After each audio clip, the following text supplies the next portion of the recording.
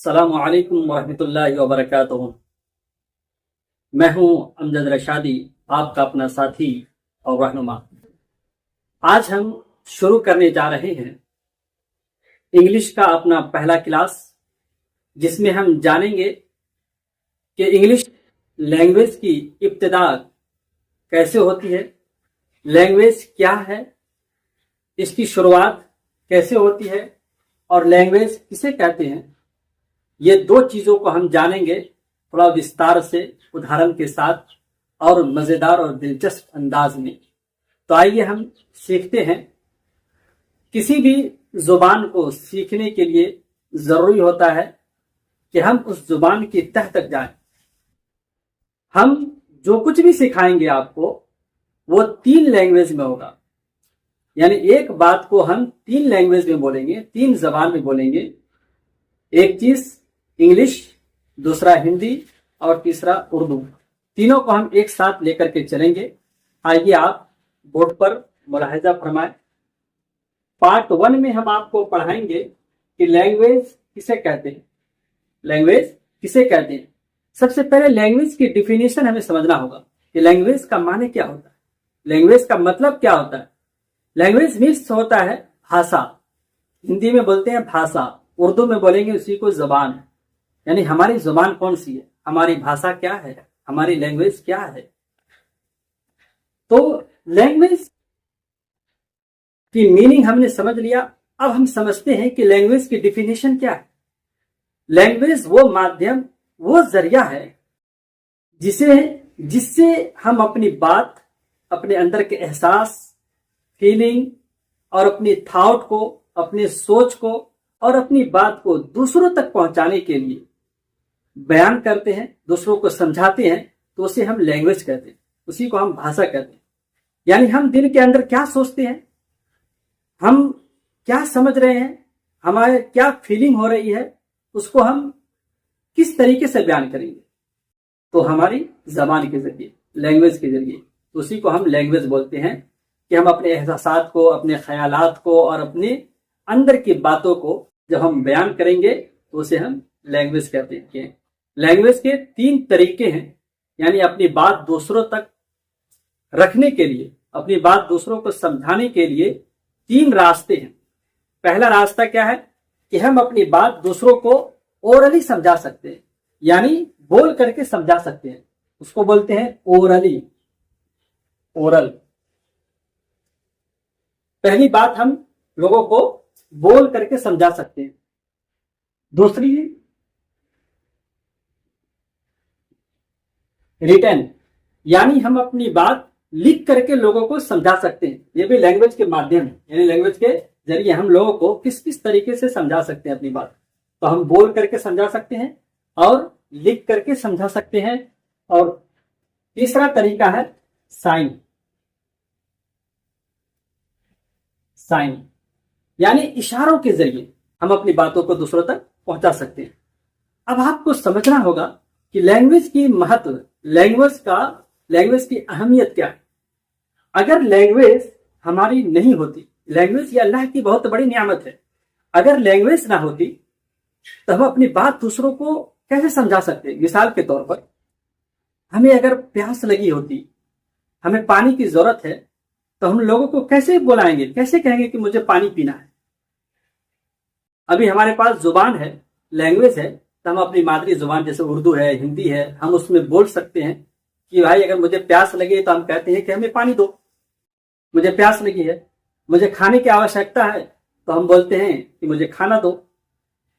अगर कोई गूंगा है, नहीं वो बोल सकता है, तो ऐसा शख्स अपनी बातें दूसरों के सामने कैसे करेगा? वो इशारे से करेगा। अगर उसको पानी की जरूरत हो तो वो कहेगा, यानी वो इशारा करेगा कि मुझे पानी चाहिए। तो ये लैंग्वेज की जो ये 3 तरीके हैं अपनी बातों को दूसरों के सामने रखने के, ये 3 तरीके हैं, ओरल और रिटेन और साइन। अब हम समझेंगे पार्ट 2 में कि लैंग्वेज की शुरुआत कहां से होती है। अब लैंग्वेज की शुरुआत कहां से होती है?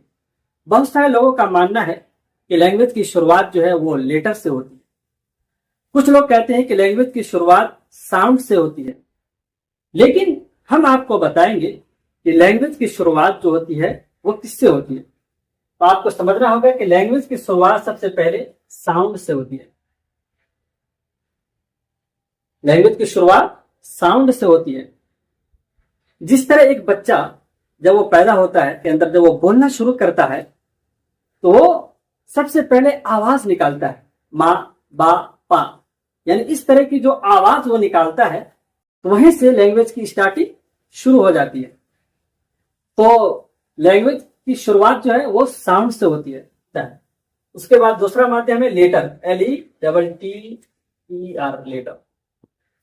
अब खुलासा तौर पर हमें समझना होगा कि लैंग्वेज की जो बुनियाद जो है वो इन दो चीजों पर है, लेटर पर और साउंड्स पर। ये दो बुनियाद हो गई। अब हर लैंग्वेज में, चाहे वो हिंदी का हो, चाहे इंग्लिश का हो, चाहे उर्दू की लैंग्वेज हो, जो भी जबान हो, हर जुबान की कोई ना कोई हरूफ होते हैं। हिंदी में कहिए तो अक्षर होते हैं, इंग्लिश में लेटर होते हैं। तो इंग्लिश में जो लेटर्स होते हैं, इस पूरे ए से लेकर के जेड तक के जो पूरे लेटर होते हैं, ए से लेकर के जेड तक के पूरे लेटर के सेट को हम क्या बोलते हैं? अल्फाबेट। लेटर के पूरे सेट को क्या बोलते हैं? अल्फाबेट। यानी ए से लेकर के जेड तक के पूरे लेटर के सेट को हम अल्फाबेट बोलेंगे। क्या बोलेंगे? अल्फाबेट।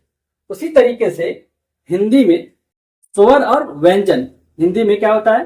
स्वर और व्यंजन। स्वर और व्यंजन, स्वर और व्यंजन के पूरे समूह को हम क्या बोलेंगे? वर्णमाला। स्वर और व्यंजन के पूरे समूह को हम क्या बोलेंगे? वर्णमाला। इसी तरह आप उर्दू में आ जाइए। उर्दू में हम अलिफ से लेकर के या तक, अलिफ से लेकर के ये तक के पूरे हुरूफ के सेट को हम क्या बोलेंगे? हुरूफे तहज्जी। क्या बोलेंगे? हुरूफे तहज्जी। हुरूफे तहज्जी कि लेटर, ये लैंग्वेज की जो बुनियाद है वो लेटर पर है। और इंग्लिश में टोटल 26 लेटर होते हैं। कितने लेटर होते हैं?